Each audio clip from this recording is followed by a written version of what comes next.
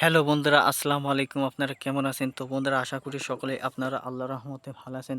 তো বন্ধুরা, আজকে আমি আলোচনা করব বন্ধুরা, কলা খাওয়ার পর আপনারা কেমন উপকার পাবেন। তো বন্ধুরা, নিয়মিত যদি পাকা কলা ও কাঁচা কলা যদি বন্ধুরা আপনারা সেবন করতে পারেন, তাহলে কিন্তু বন্ধুরা আপনারা 100% কার্যকরী উপকার পেয়ে যাবেন। তো বন্ধুরা, তার কারণ হচ্ছে ভদ্র মানুষেরা কিন্তু এই কলা কিন্তু প্রচুর পরিমাণে তারা খেয়ে থাকে নিয়মিত, সকালবেলা, দুপুরবেলা এবং কি রাত্রিকালেও তারা কলা খেয়ে থাকে একটি দুটি করে। তার কারণ হচ্ছে তারা জানে যে কলা খেলে নিয়মিত তাদের স্বাস্থ্য ঠিক থাকে।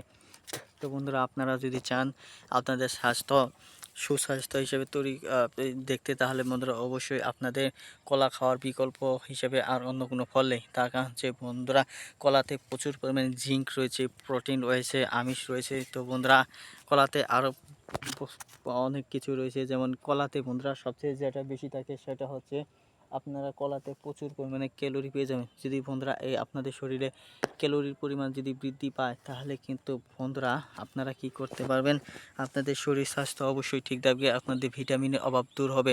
তো বন্ধুরা, যারা ভিটামিনের সমস্যায় ভুগে আছেন, তো বন্ধুরা বিভিন্ন ধরনের ফল বাজার থেকে কিনে খান, তারপরও বন্ধুরা আপনাদের কোনো কাজ হচ্ছে না।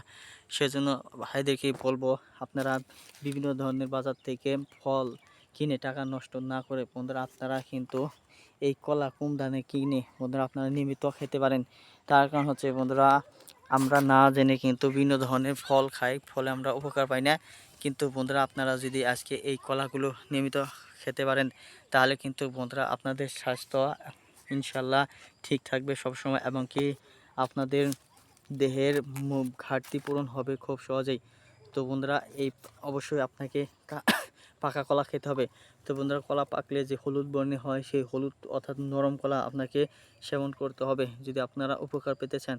সকালবেলা খালি পেটে খাবেন, এবং কি রাত্রিকালে ঘুমানোর পূর্বে বন্ধুরা খাওয়ার পর অর্থাৎ ঘুমানোর পর একটি করে খাবেন।